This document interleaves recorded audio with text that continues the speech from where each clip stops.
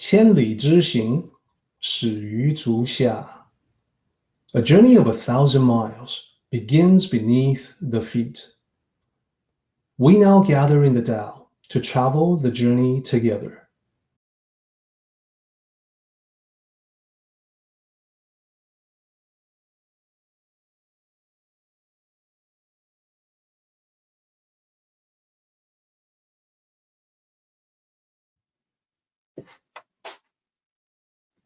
Once again, welcome everyone.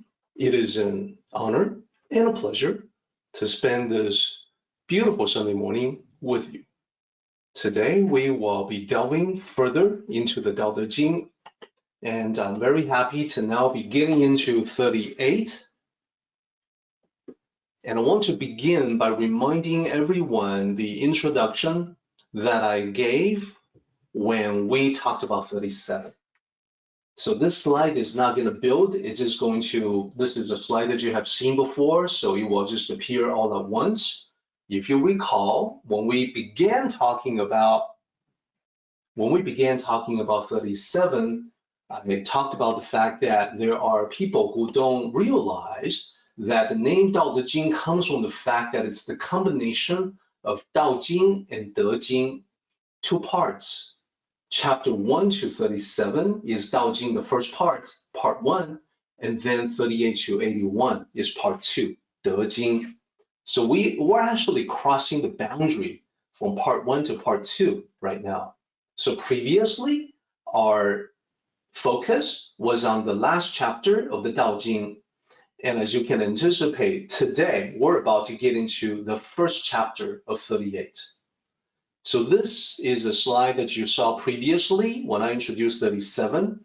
Now I'm going to modify it to introduce 38. And I want to use this as an opportunity to delve even a little bit deeper into the origin of the Tao Te Ching.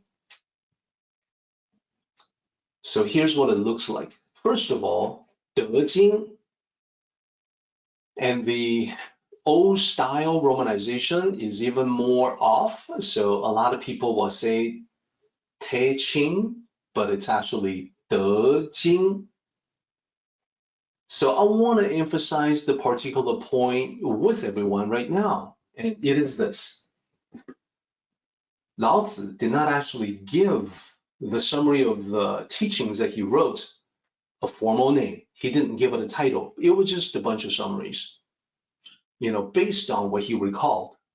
It was the subsequent readers who called it Tao Te Ching, and that was because they call part 1 Tao Jing and part 2 De Jing.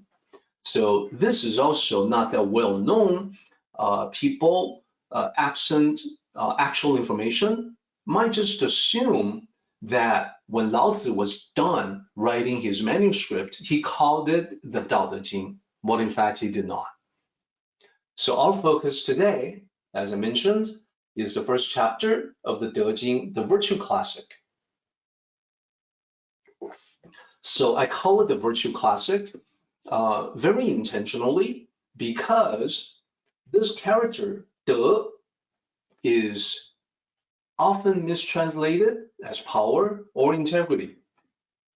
So Tao Te Ching has often been mistranslated as the book of the Tao and its power. Wrong. That's not what it says. And then it's also, the title has also been translated as the book of the Tao and integrity. Again, sorry, that's wrong. It really just means virtue. Good old-fashioned virtue, just the English word virtue. And it means exactly what the English word means. Good, moral, positive human traits and power. So the last part, and power part, is why it's been lifted out of context and then used in the title, the book of the Tao and its power. In fact, that's not what it says. So the power context in this case is effectiveness or potency, as in, by virtue of XYZ, he was able to ABC. when you say by virtue of something, it's not necessarily a good, moral, positive human trait. You're saying that by the power of a particular thing, he was able to do something. So that's the context of the power. It's not power like personal power, power over other people, power over your life, power over destiny. It's all wrapped up in the definition of the English word virtue. Lastly, I want to talk about how the most important thing that Lao Tzu chose to begin his discussion on virtues, on 德, is the first two lines, 上德不德, 是以有德. So I'll repeat this a few times today. You're going to see this a few times. So we're about to tackle the sectional structural analysis of 38. And I just want to give everyone fair warning that this is a substantial task. Because it is so long, it is something that takes longer to analyze. However, I think we can extract benefits from knowing the structure of 38. So by long, here's what I mean. It's got 29 lines. So the previous one, if you recall, 37 had 10 lines. So this is almost 3 times as long.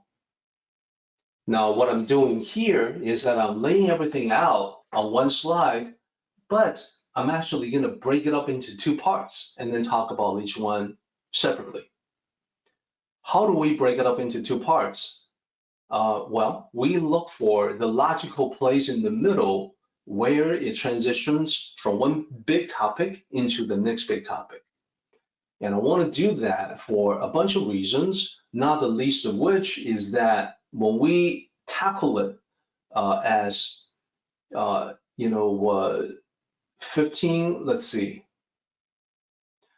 16 lines at a time, and then followed by 13 lines at a time, it's a lot easier on the eyes. So let me show you where that division is and then explain why the division should be there. So we're going to break it up into 2 halves, with 1 to 15 being the first half, and then 16 to 29 being the second half. So 15 lines and 14 lines respectively, roughly in the middle.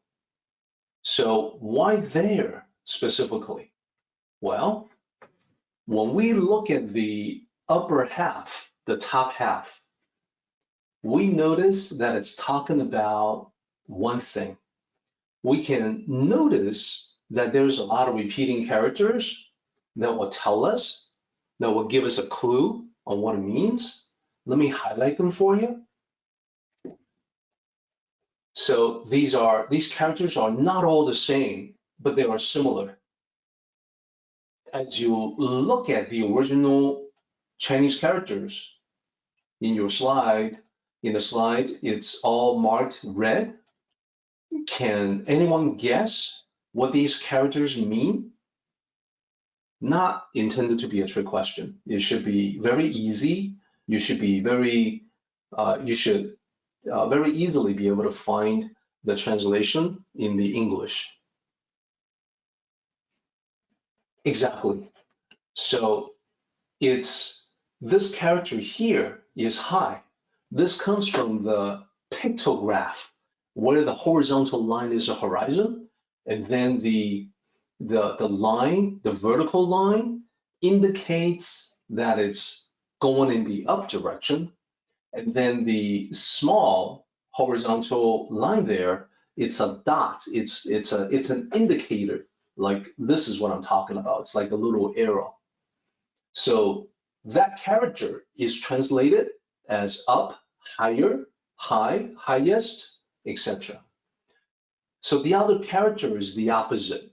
It's the horizontal line representing the horizon. It's the line going down representing that direction, and then the indicator representing, emphasizing this is what I'm talking about. So the low and the high. The rest of the highlighted characters are all the same. So we've got high, low, and then high, high, high. So overall, this whole section is talking about high and low. Well, high and low what? There's the first part is talking about high and low virtue, and then it goes into benevolence, righteousness, and etiquette. We'll talk about those details in a moment. Right now, we're trying to maintain an overview of the meaning of the two sections. So now you see that on the top half, we have a discussion mostly about the high and low. What about the bottom half? Well, let me show you guys the highlighted character. It's repeated 4 times. So it starts out that way. The first character of line 16 is therefore, thus, or so, translated as therefore. So disregard that for just a moment, and then you see that the first character of line 16 is the same as the first character of the other lines, 17, 18, and 19. So just as you have correctly guessed the meaning of the high and low characters, looking at this character and then comparing this to the translation, can anyone venture a guess as to what that character means? So this may be a little tricky because sometimes in translation, you have to switch the order of the characters around in order to form the English grammatical syntax. So excellent. I can definitely see everyone is, you guys are on your toes, which is great. Indeed, that character is lost. That whole section talks about how the Tao is lost, and then virtue is lost, and then benevolence, and so on down the line. So that is talking about the concept of loss, that when you lose something, you go to the next best thing.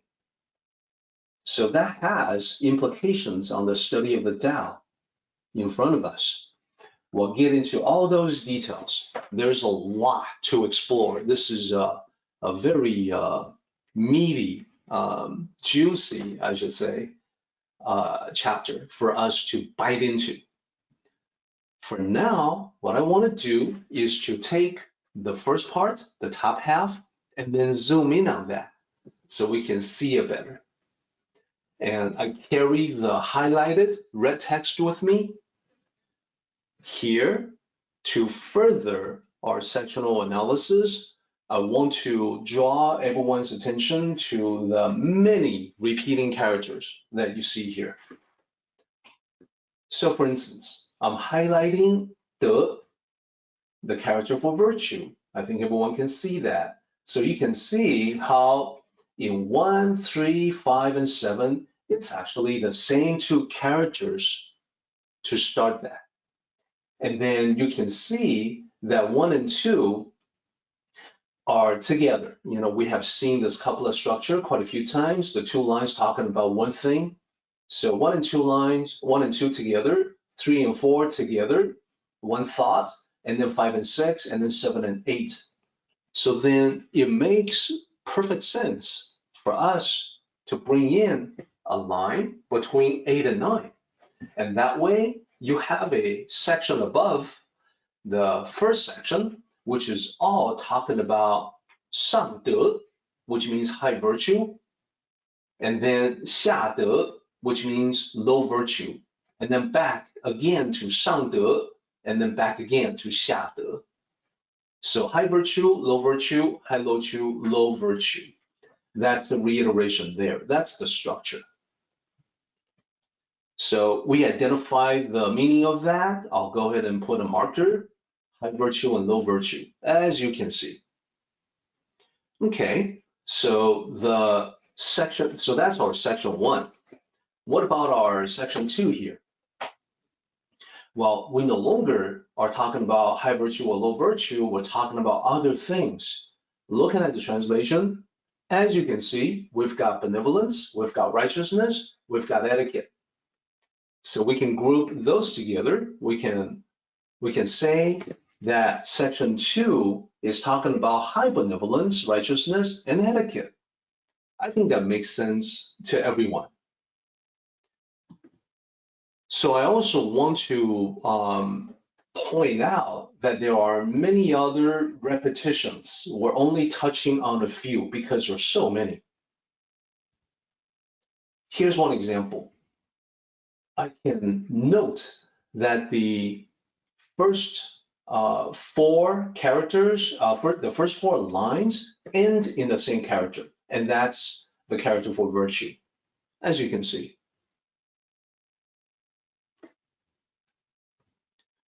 And then there's a whole bunch of other characters that are repetitions as well. So for instance, you can actually see that the first 3 characters of line 1 actually correspond to the first 3 characters of line 3. Just one example.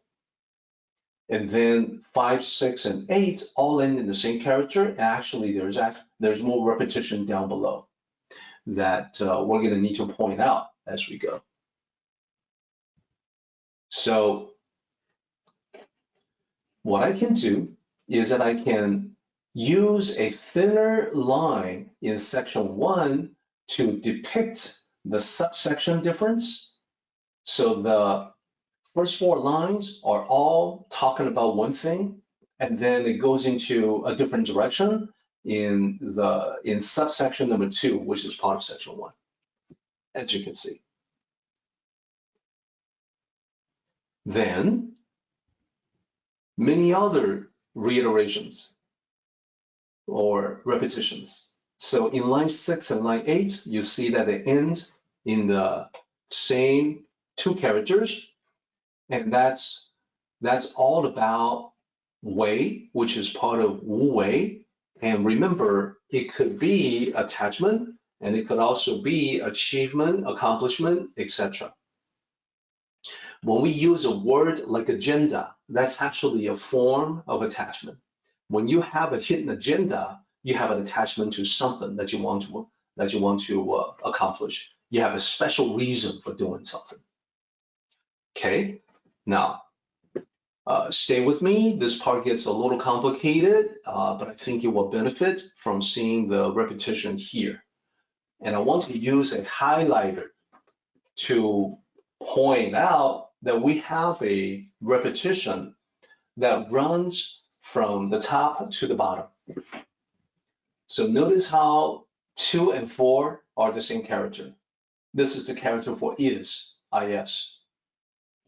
Then 6, 8, 10, 12, 14. These are the same characters. And this is a connective character. So in this case, you can see that it's translated as and, A and D. And there's more. Now, we won't be able to exhaustively list all the repetitions, but I'm going to point out just the most important ones. Look at this from line 7 all the way to 13, spanning 2 different sections. You've got the same repetition, A, B, A, B, A, B, all the way down. And actually it goes from line 6. So it's even a little bit more extensive than what I have here. So this is just pointing out the most important ones. Now I want to be careful not to spend so much time in analyzing the structure or the sections that we forget the meaning, because the meaning of the chapter, that's the most important thing. That's what we are here to talk about. So I want to quickly go through the bottom section, the second half, to talk about how it should be broken down. And then we're ready to do the line by line. So as you saw previously, and by the way, I know that this part is more difficult. This is This is really meant for those who are serious about the Tao and really want to understand it completely, thoroughly. So I thank you for sticking with me as we talk about some of the more difficult aspects of understanding the original text. Okay, so take a look at the repetition here. So we can tell that this is all one thing. Easy to see that from 16 to 19, it's all one section. Very easy to see. Now, let me point out the other repetition that will give us a clue as to how to break up 20 to 29 into sections. So please notice that line 20 and line 23 have the same last character. This is the character for those who, he who, they who, or that which. And both 20 and 23, lines 20 and 23 are 3 characters in length. So in fact, there is a break between the two. What happens is that 20, 21, and 22 is talking about a specific kind of person, those who have etiquette, and then 2 lines to describe them. So that sectional break looks like this. These 3 lines are all talking about those who have etiquette. And you may think at first glance that those who have etiquette, those are sort of a positive kind of individual, or seems like it should be positive. But this is actually Lao Tzu talking about those people who are phony, who are fake, who are polite, and yet ready to, for instance, stab you in the back. So the etiquette that it's talking about here is actually a negative context. I'll explain when we get into those lines. For now, though, keep your mind on the overall, and then recognize that we also have 3 lines right after this to talk about those with foreknowledge. Again, you think about those with foreknowledge, it sounds like it should be positive. But then, once again, Lao Tzu is talking about this as the trap of knowledge in a negative context. So I'll talk about why that is. So the reason why, so these are not immediately apparent. These have caused a lot of misunderstanding among people who want to study the Tao in the West. But I can guarantee that I will bring you the most accurate interpretation on these original lines, and then the meaning will become very clear. So here's a preview of that. Take a look at this. Now, the last part of this chapter is talking about 大丈夫, the great person. This could be translated as the great man, but the great man would be a universal representing humanity. So great person is more in keeping with the original thought. 大丈夫 is usually male in context. So the great person, what about the great person? Well, the great person does not want the last character that you see here, which is the character that's translated as the thin shell. You see that exact same character here on the section with the 3 lines from 20 to 22, 20, 21, 22. So those who have etiquette are a thin shell. The great person does not want that. So you see the correspondence between this character and this character. Also, the great person does not want this other characteristic, 华. That's HUA, and that you see in the middle of the section there about those with foreknowledge. So this started out seeming like it should be a positive context, but then Lao Tzu makes it clear at the very last section here that the great person doesn't want those characteristics. Therefore, the great person doesn't want to be like those who have etiquette, those with foreknowledge. So there are very specific reasons for why that is, reasons that make a great deal of sense that we're going to need to explore together as we head into this. Now, this is, of course, at the very bottom of 38. So it's going to take us a while to get there. This is just to plant a seed, so it makes more sense by the time we actually get there. For now, what we ought to do is to tackle this chapter from the top down, one line at a time. Especially, I want to make sure that we talk about the most important concept, the concept that Lao Tzu starts with. When Lao Tzu talks about virtue, he has one idea that he wants to convey before anything else. And that's the first two lines that says, high virtue is not virtuous, therefore it has virtue. I want to make sure we talk about that. So let's focus in on line 1, and what I've done is that I've broken up the 4 characters of line 1 into 2 characters to talk about separately. The first 2 characters that you see there, 上德. Literally, so the 2 characters, the first one is high or up, and the second one is virtue.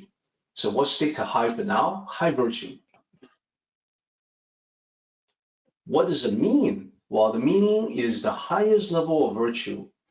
The highest level of virtue is natural, spontaneous, relaxed, unforced.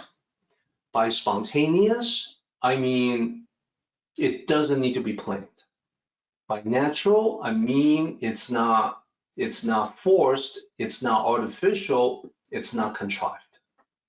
Relaxed, not tense. Unforced, it just comes up naturally. So that is the highest level of virtue, the practice of virtue that has all of these characteristics. Now, let's talk about the next 2 characters. 不德. What does that mean? Well, literally, it means no virtue.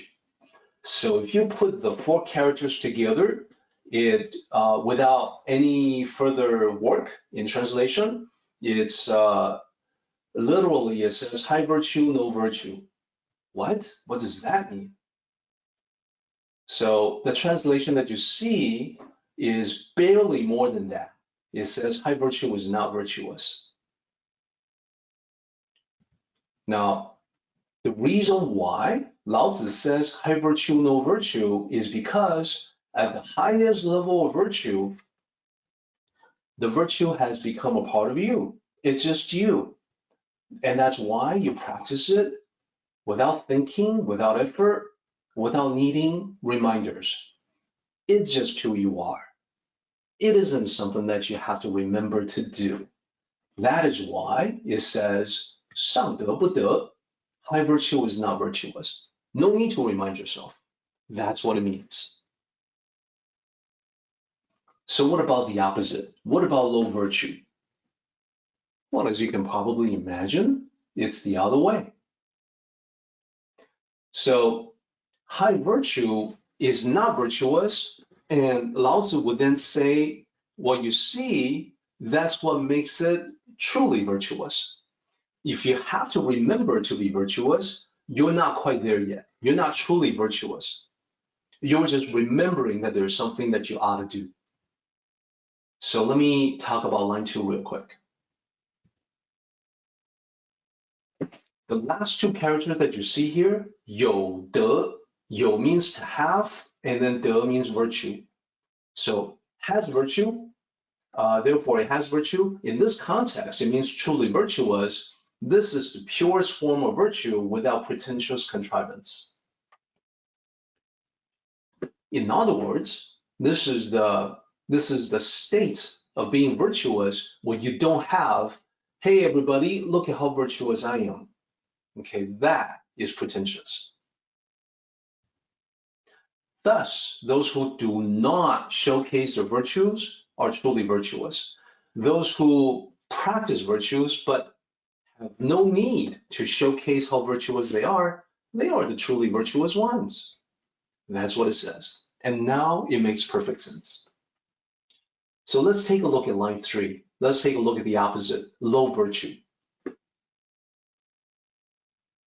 Low virtue, we start out with the literal transcription, which is easy because the last character is simply virtue. It hasn't changed. And then the first character here, 下, is the opposite of 上, what you saw before. So that one was high. This one is low. So together, low virtue.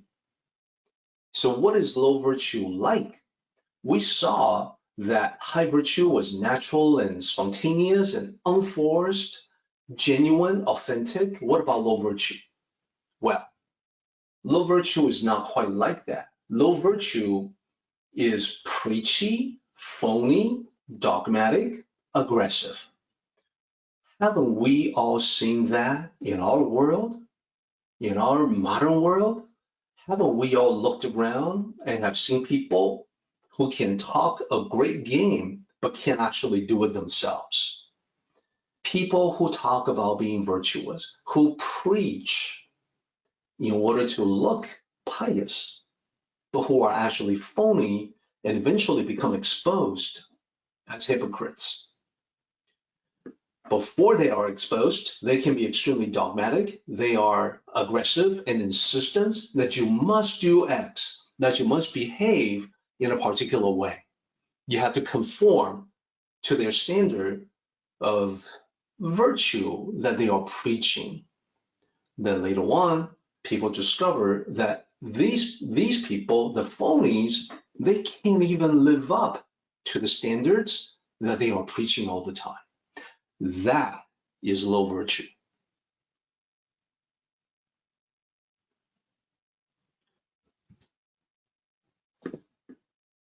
So let's complete our discussion of low virtue. Line 3 says low virtue never loses virtue. Well, isn't that a good thing? I mean, we shouldn't lose virtue, right? Well, actually, Lao Tzu is presenting that in a negative light as well. What it really means is that the lowest level of virtue never loses sight of virtues. That's not necessarily a positive thing. It means that people who are at the lowest level, they require constant reminders or they dispense constant reminders. And there's even harsh rules and punishment to enforce virtuous behavior. And usually for the phony, hypocritical few who preach virtuous behavior, they inflict the harsh rules and punishment to other people, but never themselves. That's how you can tell that they have the lowest form of virtue. So for those who are trying to be virtuous, but who need to constantly remind themselves, it can be a constant struggle with the self to be good. Now, I'm painting this in a really negative light. I want to pull back a little bit and say that in the Tao, everything's relative. As we begin our journey on the Tao, we may all be starting at a relatively low level. The only thing that's distinguishing for us is that we all aspire to go to higher levels of virtue. So we may begin at a low level. We may begin with a struggle with the self to be good, but as we cultivate the Tao, the struggle begins to disappear and eventually vanish. So I want to make that as an important point. Now, let's talk about line 4. Line 4, the point that it's making is that, well, if you never lose virtue, the low virtue never loses virtue, therefore it has no virtue. It's basically saying, if you have to work that hard to be virtuous, it's a sure sign you are lacking in virtues. It's a sure sign that you don't have a whole lot of virtues. So I am very happy to be reaching this point in our presentation. This completes one thought from Lao Tzu about high virtue versus low virtue. Very valuable for us to think about. I want to leave you with that as we go to summary. And today's summary, as you can imagine, it's going to cover 37 and 38. So let's do 37 first. Remember from last time and this time that we were talking about 无名之朴, the simplicity of the nameless Tao. Today, you saw the 5 lines from the Great Learning. Knowing when to stop and then have steadiness. Steady and then able to quiet down. Quiet and then able to be peaceful. Peaceful and then able to think deeply. Thinking deeply and then able to attain. What I want to suggest to everyone is to keep these 5 in mind. Next time you are inflicted with chaos, you find yourself in the middle of a confusing situation, don't know what to do, don't know what to think, do this. Do what you see here in this slide. Stop. Steady yourself, center yourself, quiet down, attain peace of mind. Figure out a way where you can find a place and time to think deeply. That, I believe, will be very helpful. So that is the summary for 37. It's the last summary of 37 we're going to do. Then we're going to need to go into 38. As you can see, I have planned ahead so that we will be talking about this very important concept in the beginning of 38. 上德不德，是以有德. The pinyin can be a little bit confusing. It's not di, it's not de, it's de. And then the last two, the second character from the last, it looks like you yourself, but it's actually yo. It's actually like yo, like yo-yo. 有德, and that means has virtue. And here's the thought. The highest form of virtue is not constantly mindful of virtues, and that is why it is truly virtuous. So as before, I want to present you with some ways to cultivate, and specifically in this case, how to cultivate 上德. 上德, remember, means high virtue, the highest form of virtue. How to cultivate that? Number 1, it's totally fine to begin your practice with reminders to be virtuous. We all need to go through that phase. Over time, if you continue your practice, you'll need the reminders less and less because the virtue is becoming second nature to you. If so, congratulations, you are reaching high virtue. Number 2, encourage the natural within you, the natural goodness that you already possess. So for instance, when you feel a compassionate impulse, go with it, act on it. Don't second guess yourself. Am I doing the right thing? What would people think? Is this really the best? That second guessing brings in a whole bunch of rationalization, justification, debates, arguments, rebuttals, counterpoints. Forget all that. Go with the natural, go with the effortless. When you feel something genuine and pure, go with the pure essence. That's what it says. Lastly, here's what I want to remind everyone, and this is going to be emphasized next time we talk about this. 上德 is the direct path leading to the Tao. No matter what you do, you're going to have to transition from a lower level of virtue to a higher level before you can get close to the realm of the Tao.